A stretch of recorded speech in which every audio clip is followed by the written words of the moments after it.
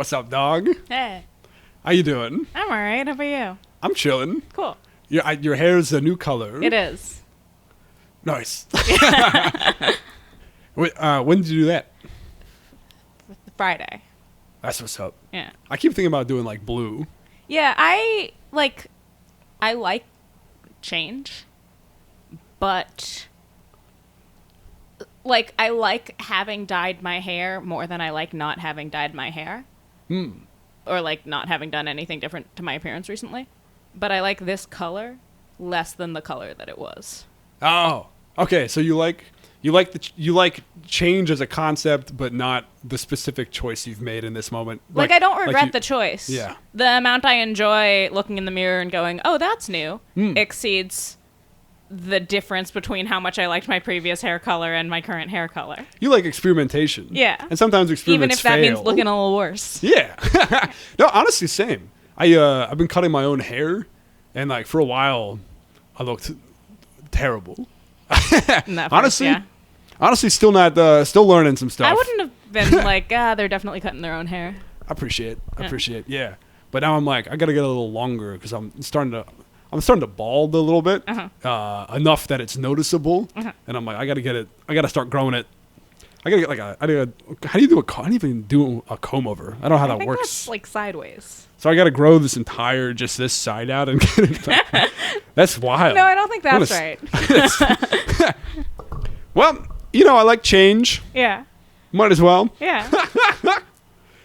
I always feel like I love experimenting and with like comedy stuff too, and it's like, I don't know, willing to fail. Yeah. Look at us immediately connecting it to comedy. I'm not great at being comfortable failing in most comedy spaces. That's not to say I don't very often fail in many comedy spaces, but I'm not great at taking big risks. What about small risks? Like if you have like a bit that works and you add like a little tingy-majiggy. I do it, just not nearly enough. I did this event recently where my job was to be the person hearing a story and responding to it in real time. And that was so fun because I am never spontaneous. And it was really fun to have no choice but to be spontaneous. Oh, yeah. Kind of like a panel type show? It was like, do you know the podcast Normal Gossip? Mm-mm. So it's like, that's what it was, a live show for them, so not the podcast, but like they were telling me a gossip story from the real world, anonymized, and all I had to do is be like, whoa, that's crazy, or like, I never would have done that. That'd be fun. That's a good idea. Yeah. You want to do that? I'll react to something. You just told me I can't gossip. That's right. Do you have any new ideas? What's the newest idea you've been cooking in your mind? Oh, God, I don't even know if I have ideas. And I journaled today for the first time in over a month. And I was really like there wasn't a lot of buildup, There weren't a lot of thoughts built up in that time.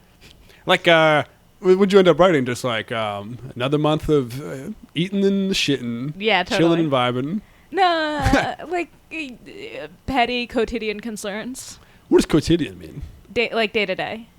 Mundane. Quotidian? Yeah. Cool. Like Le Pain Quotidien. Is that a person? It's a coffee shop. Ha! I'm pretty sure that... Oh, like au bon point. Yeah. I don't know French, but I'm pretty sure that means like everyday bread. Oh, okay. So it's like... I'm probably so wrong. Crazy that I said that into a microphone. So it's like, it means like it's every day in the sense of like, yeah, every day you have to eat some bread, like the bread of life. I don't really know. I don't know. I'm just trying to vibe it. But quotidian is like mundane. It's like the day-to-day stuff. Okay. Not the big picture stuff. So you've been doing some mundane stuff. Is what you said? I've been having some mundane thoughts. Some like, how did I feel about that interaction yesterday? Not like, here's what I think about the universe. Yeah, I mean, whatever. I mean, I really like the bit you have about like leaving a social interaction and being like, you imagine sort of a transcript of it, and you've got like notes, like a red line, like red underline, and I don't know. That's how true is that? So I thought it was getting less true over time. And what it was instead is that, like, my threshold has does the threshold move? My bar has Your Overton window changed. Yeah. Where like in high school I was very lonely. So if I had a 15-minute conversation with someone, I would comb back over that 15-minute conversation. Now I can like have a little chat with someone and not worry about it. But I recently spent like a weekend trip with my cousins. And by the end of it, I was like, oh, my cousins probably hate me. I said this, I said this, I said this. You know, it was like spending that much time with them reactivated those things. Is it, is that because that's how you were with them previously? No, I think because it also happened recently with new people. I think it's just like, because the things I'm going back over are the moments when I, let's say, felt shame the strongest. I can get through a 15-minute conversation now with pretty minimal shame, but it's really hard to get through a weekend for me with pretty minimal shame. Gotcha. Okay. Like, interesting. You're going to look back over this and be like, Benny dunked on me for saying quotidian. But Yeah. But he I'm got gonna be like, my I can't ass. believe I tried to translate Le Pain Quotidien. That's probably not even how it's pronounced. Is that a place? Is it a place nearby? It's like a chain. It's like a Le Pain. Huh. It's not even slightly in my mind. Crazy. I've seen a All Bon Pain like once. Okay. To me, that's even just like a concept that exists. You don't go to Manhattan very often, do you? No, not really. That's Yeah. where they are. They're Oh, not really? in Brooklyn. Gotcha. Okay. Dunkin' Donut. I've been living my life in a sort of Dunkin' Donut kind of way. Okay, yeah. That's better. Very mild. I think that's French. Yeah. Yeah, I think the T is silent. Dunkin'. Yeah. I leave social interactions and freak out about them if I feel as though I very clearly said a thing that had in The Sims where it's like the two negative points above their head. Isn't it crazy? I actually never was really a Sims person, which Really? I think is out of all keeping with everything that I'm putting out into the world. But you're familiar with this idea though? Yeah, I don't know the two bars that you were saying. Well, you got two Sims. Uh-huh. If they're talking to each other, Okay. it basically like you can see like two green plus signs that are like they're getting along. Okay. Like plus sign on this person, plus sign on Oh, this no. person. And it can also be like double plus if they really like something. Yeah. Or it can be negative sign, or double negative sign. Yeah. So I guess the point being, if I'm talking to somebody and I can kind of feel the energy that they had a sim negative or double negative sign where they like me noticeably less because of something maybe I've said or transgressed in some way. Yeah. Or, you know what I mean? It's not just about being liked, but it's also about how have I made them feel or whatever. You know what I mean? Yeah.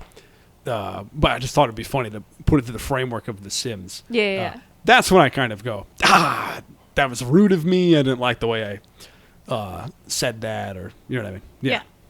Yeah. So when social interactions go badly, you feel bad about it. Yeah. But I guess absolutely. And I guess the thought being, it seems like you were doing it more when it wasn't going bad. Yeah, but I still interpret. Let's say I have a plus sign, but it's not a double plus sign. I'll interpret that as a minus sign. Or a double plus sign, I'll interpret as a plus sign. Okay. I'm assuming. I have not put it based on how you've described this rating system. No, that makes sense. You're like, oh, why didn't they really like that? It's Yeah. like, oh, they only kind of like that, Or like if I'm not getting aggressively positive reinforcement, I'll be like, so with that like live episode of live show of that podcast, I am a huge fan of this podcast. So all my sort of like shit was triggered because it was like higher stakes for me. And by the end of the weekend, I was like, oh, they hate me. And cut this. They don't hate me. You would have liked The Sims. I do think so. Yeah, I think so. I mean, like, a game where you get to study how humans behave in a controlled environment and sort of try to understand the adult world. Yeah. Yeah, absolutely. I like the idea of, well, it's funny having played The Sims and the idea of trying to learn something from it in that way, because a lot of it is like their potty meter is too high, so you got to send them to the bathroom. Yeah, but that's a good lesson when your potty meter gets too high. That is valid. There's a certain like series of priorities where you're like, it's very like Maslow-esque. Yeah. Where you're like, all right, they need to have walls. Got it. They need to not be on fire. They need to eat food and shit. Got it. Yeah. And then from then on, then it's like, all right, now I'm going to make them, now I'm going to trap them in this basement and make them paint every day until they're the best painter. Oh, no. You can do some really crazy stuff with the Sims. Did you ever make Sims who look like you? Yeah, for sure. What did you do with them? That's a great question because that's certainly an interesting psychology thing. Yeah. And I'm trying to remember if I would have given that. I think I like made them. I'd make them live alone and then try to see what happened. I wouldn't like build a dream family necessarily, but I was thinking you wouldn't on like make your crush and then go talk to your crush or whatever. No, I don't. I'm happy to say I don't think I did that, Okay. but at the same time, I'm not.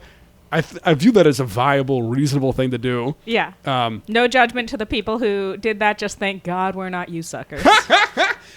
With a comma being, it's been a while, and I think it's possible I did that. But I'm not. It's hard to say. Yeah. I would say it's more likely that instead of making a crush, I just made some sort of fantasy girl. Okay. You know what I mean? Yeah. Would you you can give them stats, right? Yeah. Would you try to make their stats like how you understood your stats to be?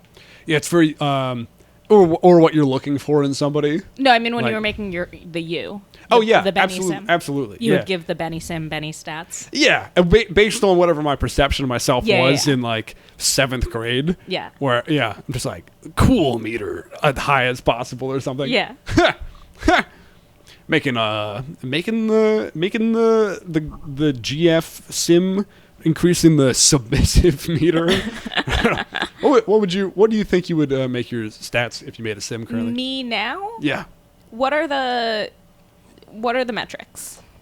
It's been a while, but Okay. what do you think you would for a generic video game character? Like anxiety through the roof. I'm trying to think what various athleticism very low.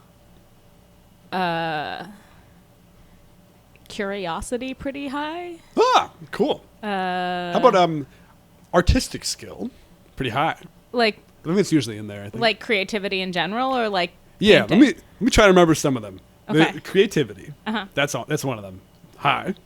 Probably pretty high. The ability to tinker, that becomes relevant like if the sink breaks in The Sims. Low. Low? Okay. The ability to theoretically understand what needs to be done through the tinkering, probably pretty high. Okay. The ability to accomplish the task, Low. Charisma's one in the game because low. here's an interesting thing in The Sims. You can increase your charisma points, like your charisma ability, by making the sim talk to themselves in the mirror, and I learned that and started to do that. Yeah, I was gonna say, does this work in real life? Yeah. Huh. Yeah. So I mean, I would do that. I would like look at myself in the mirror, and it made me realize like what kind of facial expressions and like micro facial expressions I was making when I would say certain things, and it like, yeah. So anyway, I think that's something you could have enjoyed. I don't know if you like that idea. You're charismatic, but charisma means different things. I don't know if you. That approach to developing charisma feels not un-American Psycho. I've been told that before. And a friend of mine once got me a mirror, and she said, like, for my birthday or something, she's like, because you like looking at yourself in the mirror so much. And I was like, I like making, I don't know. But anyway, I was like, what? I felt No, like I study myself and my behaviors, too. Yeah. This is not... The call is coming from inside the glass house. Oh, sure. That I'm throwing the stones from. You can, if you live in a big enough glass house, you can throw stones. Yeah. It's like, how big is, if a glass mansion, you're good. Yeah. Just don't hit the wall. Yeah.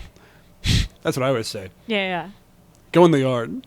Yeah. If you're going to throw glass. I think in the expression, because I originally understood it as you shouldn't, if you live in a glass house, you shouldn't throw stones in the house. You're going to break your house. But I think it's you shouldn't throw stones at other people's houses.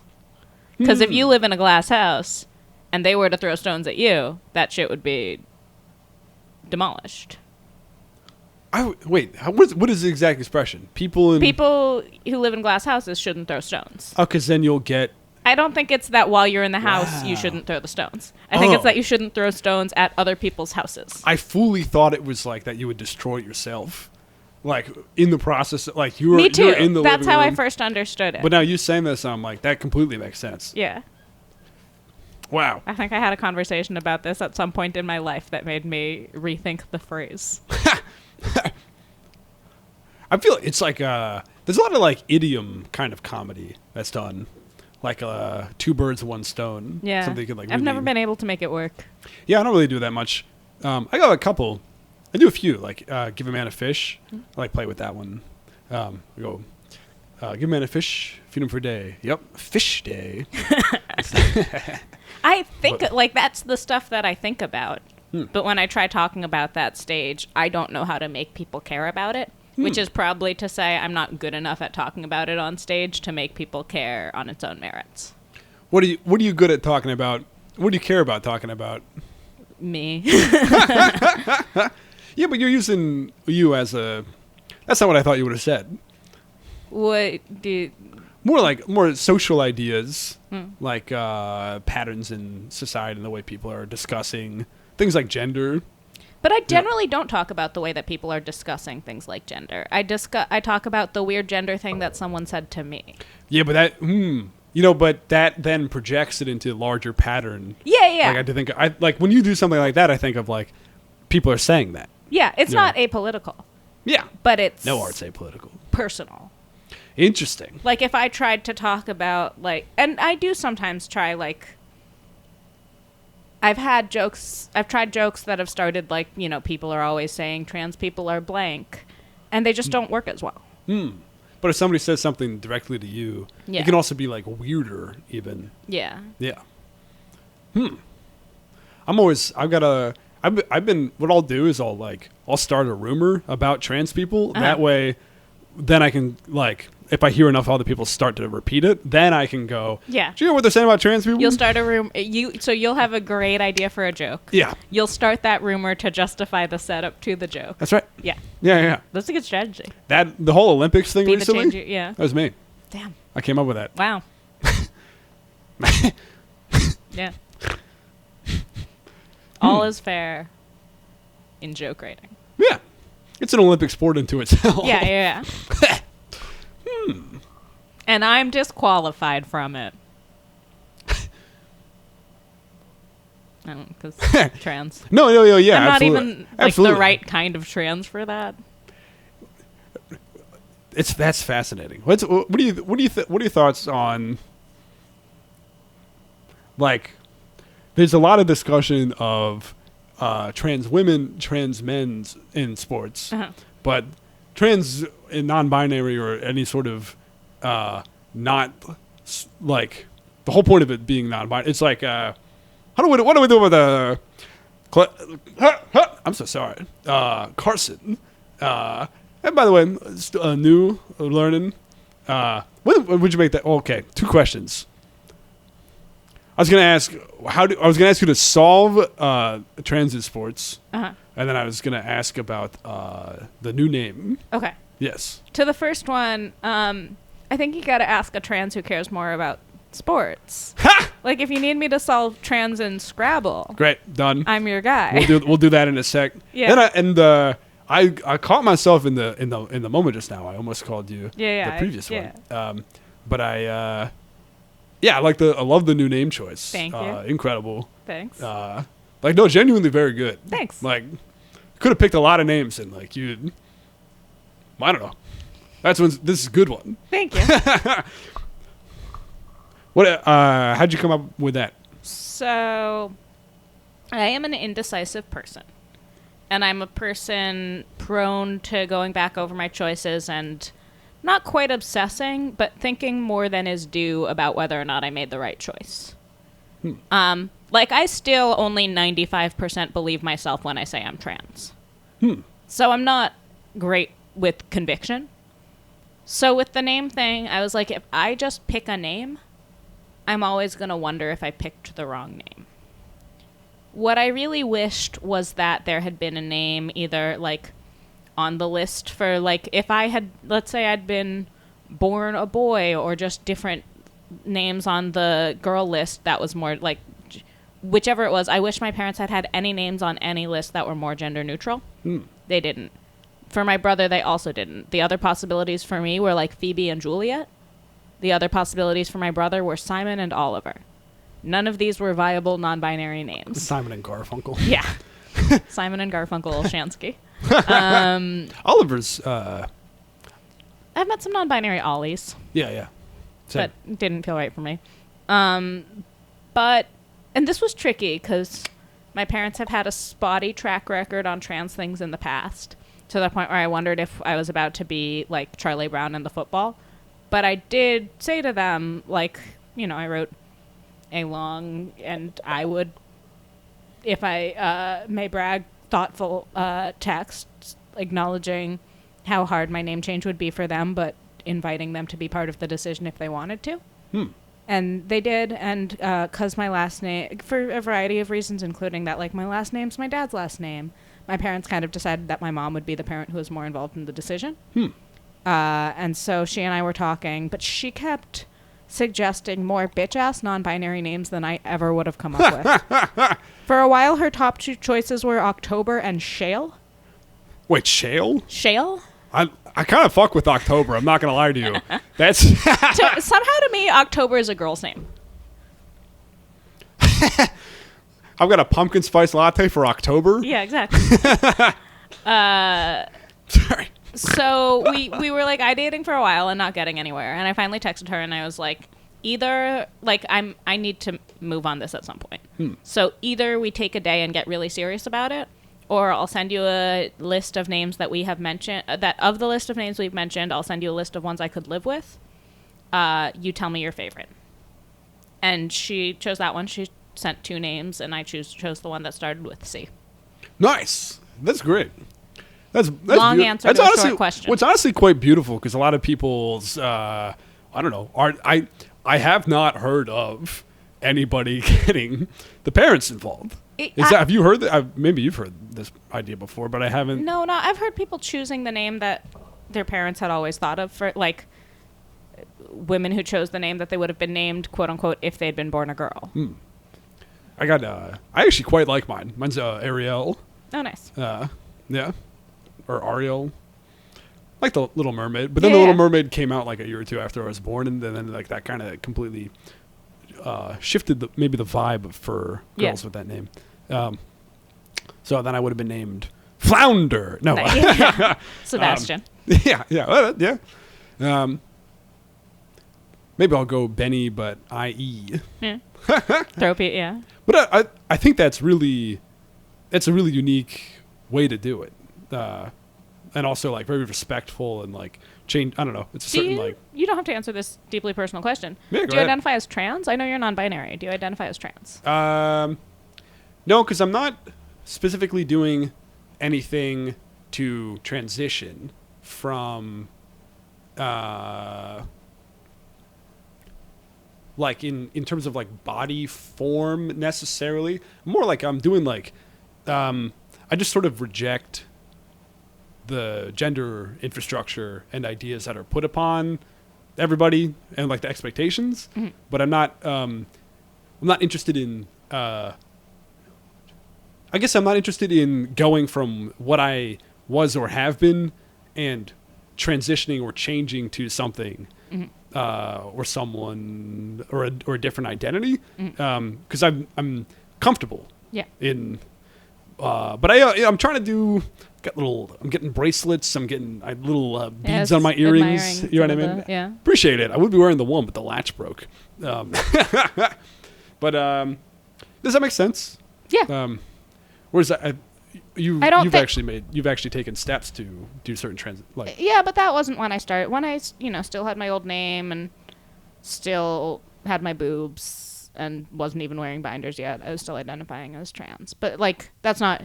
You don't have to.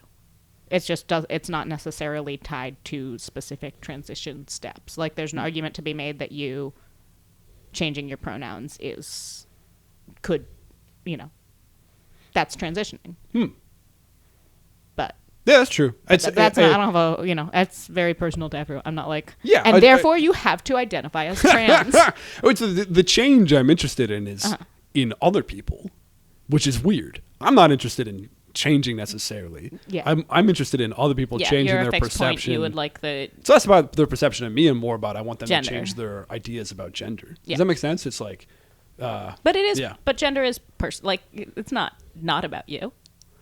It's both. Yeah. You know what I mean? Yeah. It's like the interplay. Yeah. Like it's society's idea that like blue is boy or whatever. I guess the thought of the idea of dead naming. Yeah. You were saying you got rid of your boobs, dead boobs. Yeah. Thought that was funny. Yeah, actually, you bringing up my boobs is dead boobing me. Is that?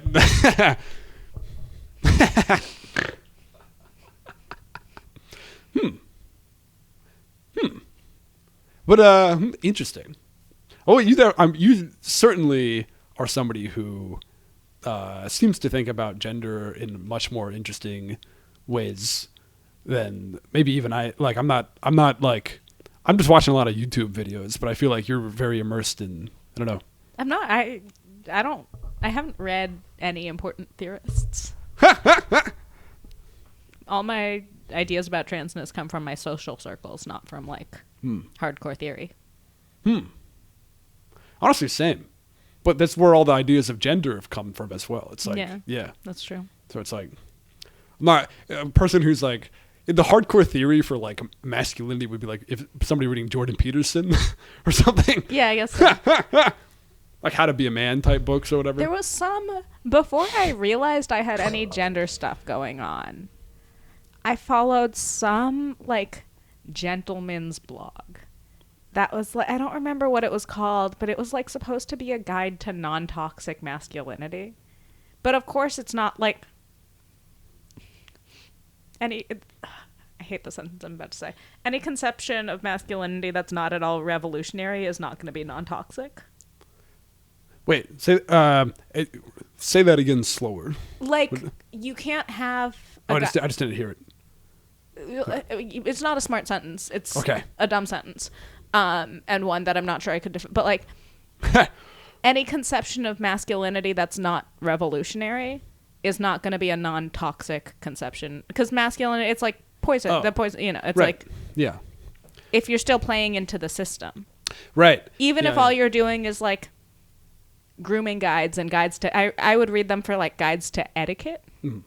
I was just going to say that anything that does, like, tries to do, like, positive masculinity is, like, part of the implicit issue is, like, are you implying that that's not an accessible or desirable thing for women or, like, femininity? You know what I mean? Or, like, whatever subgroup. It's, like where they're, like, or the opposite. It's, like, what they're talking about, like, being a woman means to be nurturing, which is a positive concept, but it's, like, you're excluding other genders from the idea of nurturing by saying that this specific single idea is nurturing. So the point is that positive stuff is exclusionary. Except that way, I could, so I wouldn't be able to hold my own in a debate on the finer points of what I'm about to say. Cool, let's go. But I think where we We're not probably, debating, by the way. well, what I was going to say is where we probably feel differently is that it sounds like you might take more of a like sort of abolish gender position. Yeah. I think even though they're constructed, masculinity and femininity are real. Oh yeah, I think they're fun hats. Yeah. Like honestly. Yeah. You know what I mean? That makes sense. I'm a big hat person. Yeah. So I'm not like don't have any conception of masculinity or femininity. I guess I just sort of think like a blog targeted towards straight men about like I don't know how the toxic stuff is in the water with that angle. I'm not making sense, and I'm sorry. No. A blog targeted towards straight men is going to inherently have some degree of toxic masculinity. Yeah. Yeah.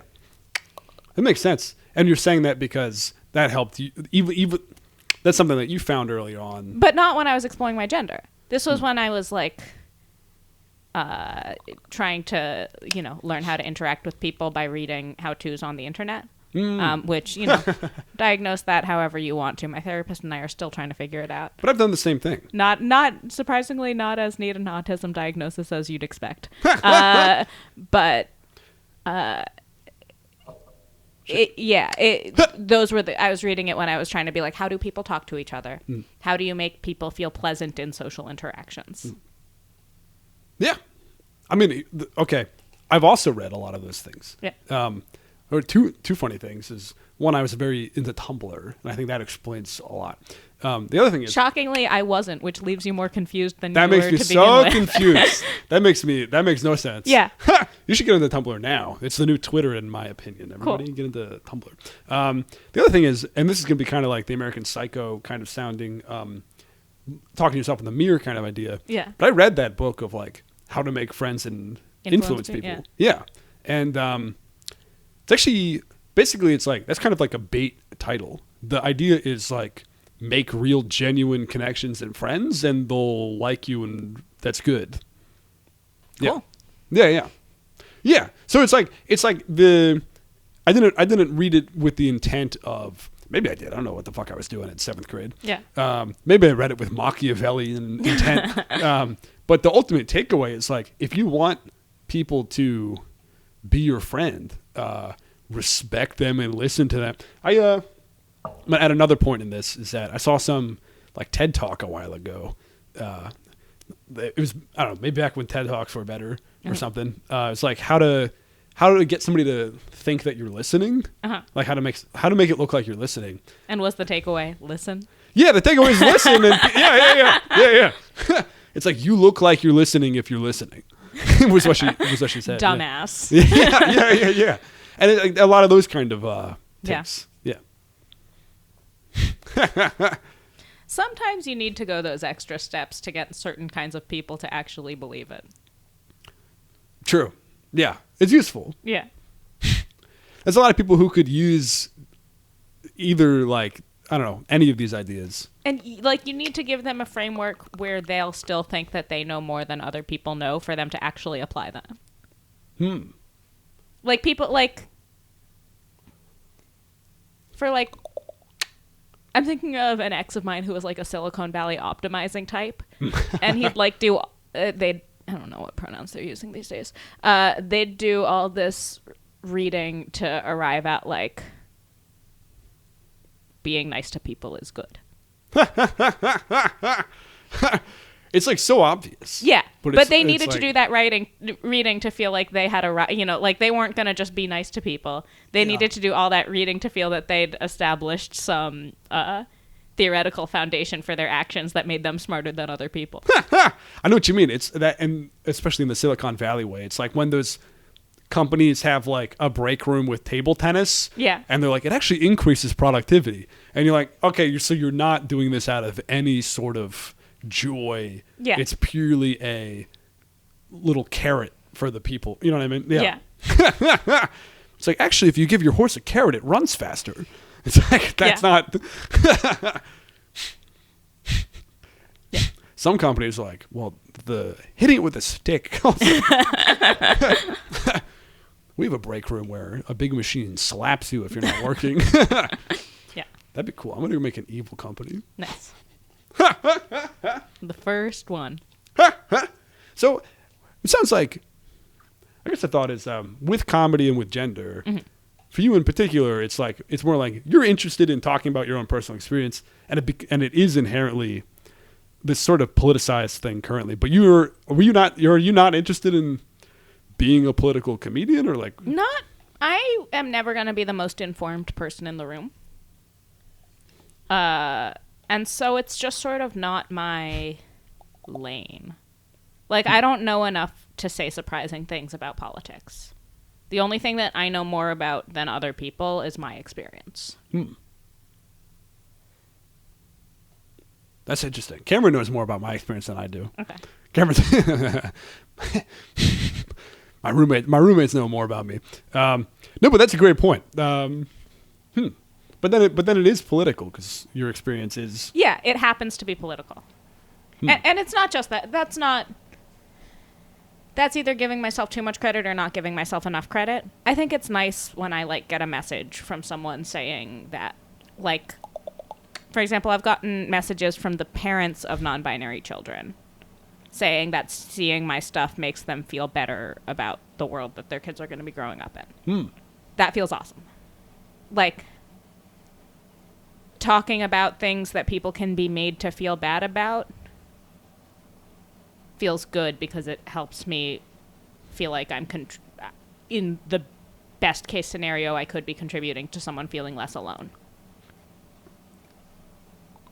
So it's not, you know, it's not as if the fact that my transness is politically charged has nothing to do with why I talk about it. Right. I understand that. I mean, I get some version of those messages for Tourette's. Yeah. Kids with Tourette's or people with Tourette's. Yeah. And I always go, fuck off. This isn't about you. No, but that's good. That's lovely. But yeah. I'd be interested. What's some of the material that you do that isn't about Not enough. I recently had a 10-minute set where I didn't talk about my transness once. I was like, oh, yes. That's how I feel when I do no Tourette stuff sometimes. You know what I mean? Yeah. I'm just like, I don't know. It's kind of like, it's like with you and I, they can both tell. Yeah. You're not going to not be thinking about it. Yeah. Well, I think it's funny to pull that rug and then be like, nah, yeah, I'm not gonna say anything. Yeah. This was in a room where I could tell that the transness stuff would just be so uncomfortable to them. But so, in order to be able to get through 10 minutes where any of the, like, I could probably do 10 minutes of jokes that didn't have to do with gender or sexuality in the middle of a larger set that had jokes about gender or sexuality. But they can't stand on their own. They're not good enough jokes to stand on their own. The ones that I have that don't even touch on either of those things. So I was like, okay, I'll explain what they're seeing by talking about my queerness, and they can just think this is about that. Didn't really work. I thought, people being uncomfortable with the discussion, and then, was it like a very Manhattan crowd or something? Or like a... Yeah. Yeah. It was in Brooklyn, but it was a very Manhattan crowd. It was a very, like, it was an older crowd. It was a very straight crowd. And it was a very sparse crowd. So I wouldn't be able to generate enough feelings of them just liking me as a person to go along with it. Because there just wasn't enough energy in the room. Right. Yeah. So it's like, all right, it's going to be a little bit of a... Yeah. I weirdly, maybe it's a little bit of an opposite thing, because kind of generic, middle of the road folks of any sort of opinion are down to support Tourette's. Yeah. It's not a politicized... It is political for children in a certain way, where it's like kids get bullied for it, so it is meaningful in that sense. But for adults, it's like, it's not a left or a right issue. It's just a disability. Yeah. So in a crowd like that, I would actually, like, the Tourette stuff is like something I would be like, this will get them energized. Yeah. Whereas gender, transness, queerness is going to have specific crowds that are more receptive or down to, yeah. I don't know. I've got some non-binary material that I'm just sitting on, and I don't know exactly how I want to go about it yet. So that's part of why I wanted to talk to you a little bit. I'm just like, I don't know. Want to hear a joke? Yeah. Frog core, a non-binary, and balding. That's it. Okay. I yelled that, but I have to talk about it. Okay. Anyway. Frog core, non-binary, and balding? Yeah. That's the joke? Yeah. Usually you're so good with joke structure. No, I know. I think that's I guess essentially that's like a tag. Yeah. Where it's like that has to come after a different joke where I reveal that I'm non-binary. Yeah. And then I I've done that's a later in the set. It's clear that I'm frog core. Yeah. It's clear that now I've established I'm non-binary. Yeah. And then I go frog then you just core. Got to get the audience on board with the idea that you're balding. I actually have decided to transition to a balding man. Okay. Sorry. Great. Yeah. Is that? It's because that is actually something you could take. That you could do hormonal stuff to not. But you could do the turkey thing. What's the turkey thing? Oh, going to Turkey. Yeah. Putting some turkey slices on your head. Want to hear a joke? Yeah. Here's one that's actually, it's like, okay, so they say dogs are man's best friend. Uh-huh. Sexist TV commercials say that diamonds are a woman's best friend. Uh-huh. But I'm non-binary, so I got a pet rock. That's more of the classic joke structure. Yeah, I like it. Thank you. That one I'm proud of, but I'm like, I haven't. Yeah. It used to be, I have a friend who's non-binary, so I got them a pet rock. But now I'm like, okay, let's put me in there. Yeah. How's that feel? I don't know. I really like it. Cool. I meant, how's that feel as they like me doing it and going like, how do I feel? But I appreciate that. That's cool. That was a rhetorical question. Yes. For yourself. But I'm happy you answered it in a way that affirms my whole vibe and identity and joke. Crowds laughing is a way of affirming your funniness. Yeah. This is comedian affirming care. Yeah. I was thinking about it's not my responsibility to do the emotional labor of making the audience laugh. Someone says that? That's me. That's you? Yeah, okay, I said it before. Yeah, it's Yeah. good. I like it. I was trying to see how you felt about that. Yeah. What are your thoughts? I agree. And some of my recent sets would show that I put that belief into practice.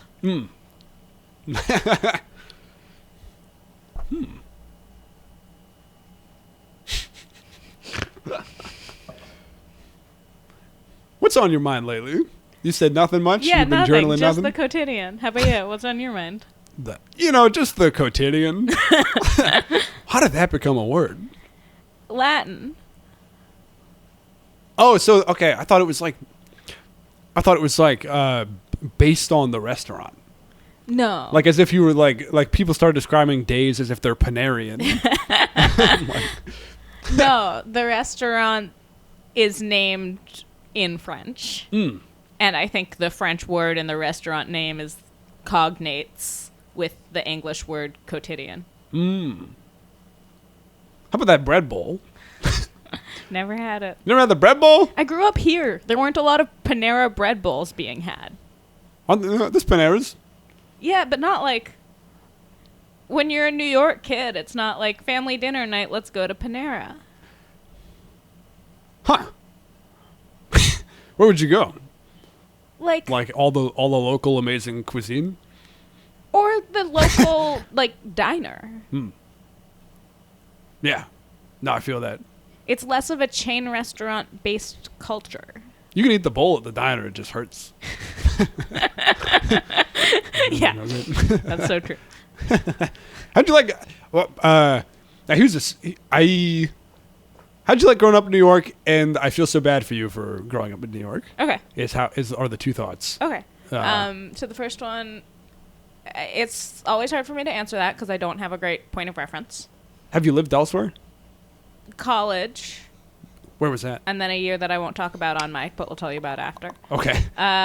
College in New Haven. You've got gossip about an entire city. Okay. No. And then... New Haven, Connecticut. Okay. Yeah. And then that other year, and then I came back. Okay. Okay. Well, New Haven's got to have a lot more nature. The reason I feel bad is because of the complete lack of nature and fresh air. Yeah. And when people are from here, I'm like, have you truly experienced what it's like to live somewhere where it's not cement all the time? You know what I mean? think the lack of regular ability to see the night sky full of stars has fucked up my head. Yeah. Dude, could you see it in New Haven? No. You can see more stars though, for sure. Yeah. More stars than New York. But like I recently visited my cousins in Maine, and I had been looking forward to seeing stars, and then it just so happened that it was during that Perseid meteor shower. So, like, looking out into the night sky and seeing the Milky Way. Yeah. I think you kind of need that. I think you kind of need, like, the world to look back at you and be like, you're little. Yeah. You don't matter. Absolutely. Yeah. I know what you mean. Everything's bigger and we're all just, like, kind of chilling. Yeah. A thought being, nature is important to me. I'm from a nature area. So a lot of my writing is about nature. Yeah. You're from New York. Yes. Seinfeld is from New York. Which is why a lot of my writing's about Seinfeld. I think a lot of New Yorkers, from what I can tell, do a lot of social comedy about people and people interactions. Yeah. Because that's what New York is. Does that make sense? Yeah. I don't know. I believe it. So I think that's like an interesting... I would need to see the, Those are my 2 data points. You and Seinfeld. Requires further research, but... That's not true. I immediately thought of Sacha Von hypothesis. D, and he's doing a lot of nature stuff, so I take it all back. Okay. Hypothesis proved wrong instantly. But because I feel like I'm thinking about nature... I'm thinking about it more in a longing way, but less in like a experiential way while I'm here. Yeah. And I'm thinking about people all the time because I'm around people. Yeah. I don't know. Yeah. That makes sense. You should live in the woods. Okay. Do you think you would enjoy living in the woods? No, I don't do great without... If I lived in, like... I don't drive. So if I lived somewhere without community around me, it would get ugly. If I could live in the woods while still having access to community, I think that'd be okay. I'd be all right. What if you moved to the woods with, like, your closest friend circle? No, I need the promise of new people. Okay. How about a small town? Like are you New York? Are you New York ride or die? Like. Well, I think New York is just baked into me. Where, like, my default settings, I'm used to the world being full of people I haven't met yet who I might have the chance to meet. I think, like, the world starts to feel really small to me when I don't have that. That makes sense. But there's also, I guess the thought is, that is always true. Like, if you go to, not a small town, but like you could go to, like, Phoenix or something, and that would always be true there as well. Yeah. You know what I mean? Yeah.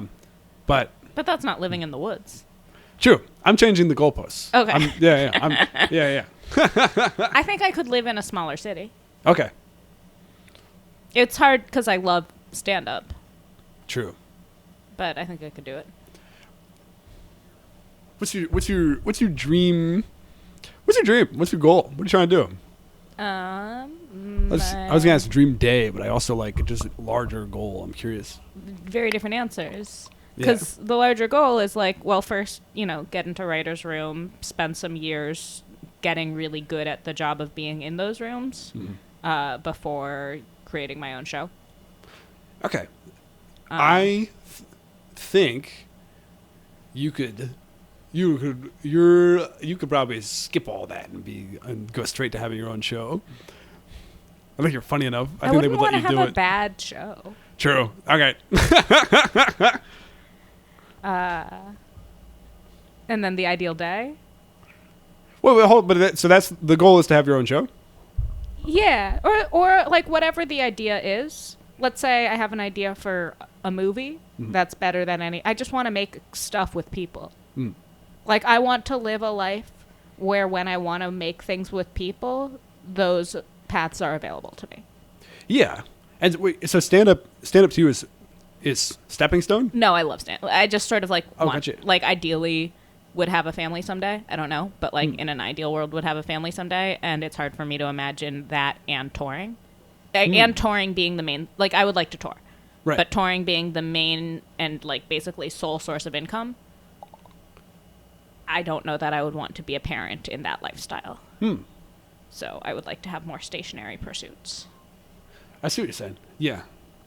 I mean, yeah, interesting. Two thoughts are, one thought is that you can tour sporadically. Yeah. That's kind of what I'm doing. Yeah. And I'm here a bunch. That's going, you know what I mean? Yeah. So you can tour, you can kind of choose, like if you can set it up and you can talk with the people and be like, I only want to be away for a weekend or something. You know what I mean? Yeah. Like one weekend a month or something, you know? Yeah.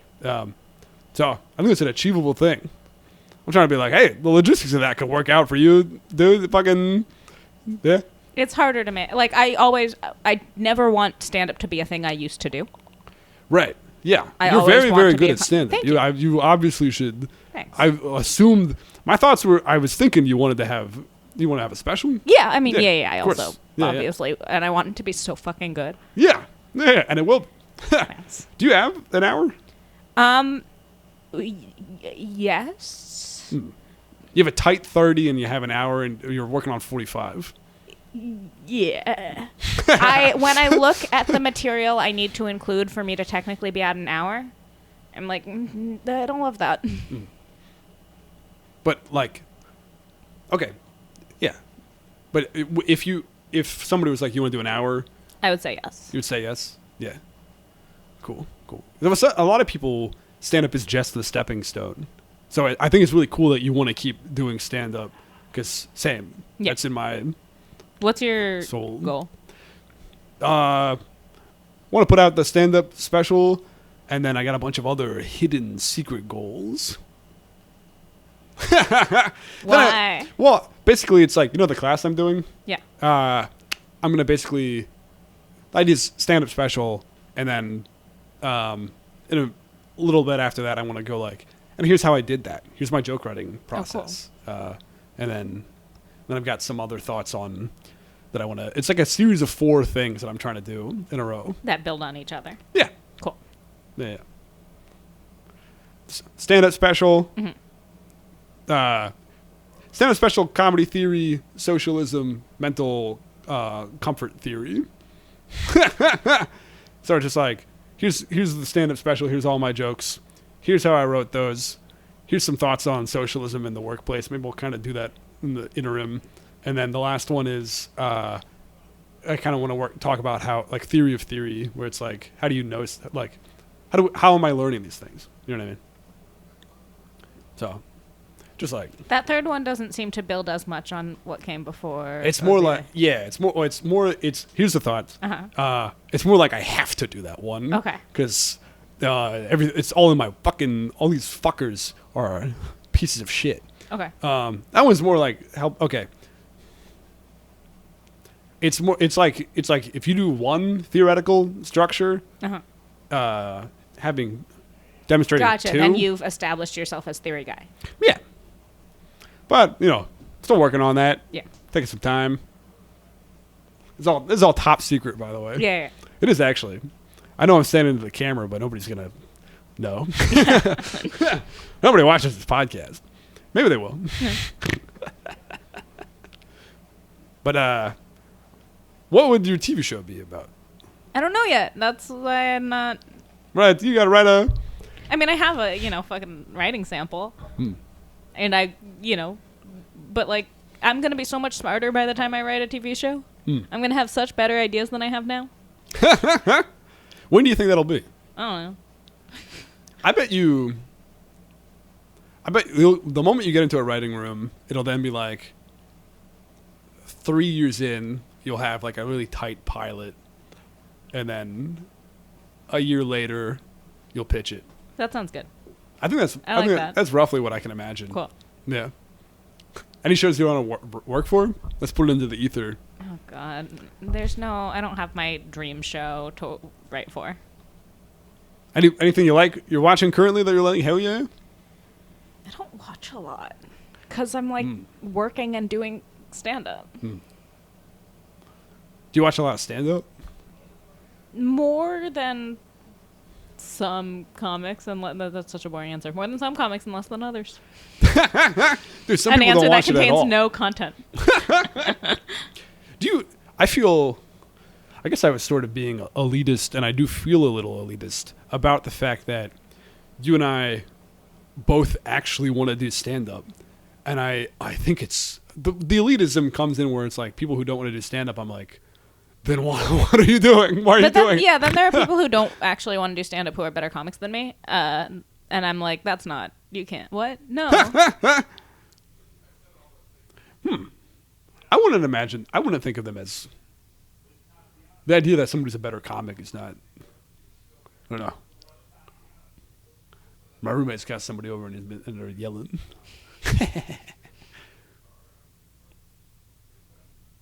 Everybody's different. Yeah. Yeah. That's true. Everybody's subjectively... No, there are people who are better comics than I am. Like, everyone's different. And I don't know how to... If I were able to be the most me stand-up that I could possibly be, like if I had achieved that, I don't know how that comic would compare to this hypothetical person being the most them comic they could possibly be. But there are people who are better comics than other people.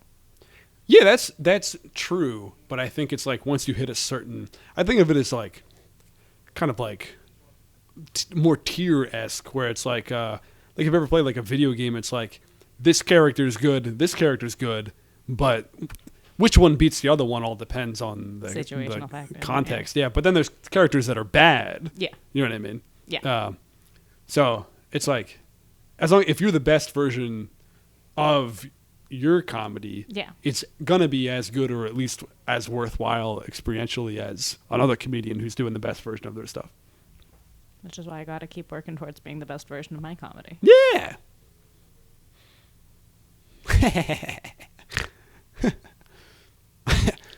Like that face you're making. Well, we're coming close to an hour. Cool. I don't know that I said any sentence with content. Like, I think I talked around a lot of things. What did you talk around? I don't know. I just heard myself saying many sentences where I'm like, that's not saying anything. Interesting. I kind of asked the generic questions of like comedy and gender, but I was interested. I wasn't faulting your questions. Well, no, I'm faulting them now. I'm like, Okay. Did I not listen enough to get substantive enough No, answers? I think you killed it. Oh, hey, thank you. Yeah. And you as well, as far as I can tell. But Cool. I'm like, if you have any content you're interested in. No. I'm not like checking the list being like, shit, I didn't say that. Okay. Well, you know what? Here's what I'll offer you. Okay. Is if you later think of something you'd like to add, Okay. like in the next day or two, you're like, here's what I would have really liked to have said. I'll put it in here at the end as audio if you send me an audio file. Okay. Of you telling me content. I probably won't, but I appreciate that. Great. Yeah. If you don't, I'll put in a little something. Cool. I'll be like, it's me, Carson. Yeah. Perfect, mate. Yeah. Has anybody done a good impression of you? No. When I hang out with people who do impressions and they start impersonating people in the room, I am always too scared to say like, oh, do me. I don't think I will like what I hear. Huh. I don't know if I could. I probably couldn't do you well. I don't know. I can't impersonate anybody. I can do a few people. Okay. But I don't know. Yeah. You'd be also, I just thought of a really funny gossip thing that's related to me and related to you, but way from the past. It's not something that you know, but it's a funny thing, and I'll tell you after. Okay. Sorry. Just thought I'd dangle that right at the end. Yeah. Make them go, what the heck? We don't get to hear that? That's cool. Well, final thoughts? Any plugs? Anything you want the people to... If you don't already, follow me on socials at Carson Olshansky. Carson Daly. Carson Daly. Carson Quotidian. CarsonOlshansky. Great. Yeah. Hell yeah. And rock and roll, folks. And I'll be in Philly in September. Come on out. Bye. Thanks for coming on. Thanks for having me.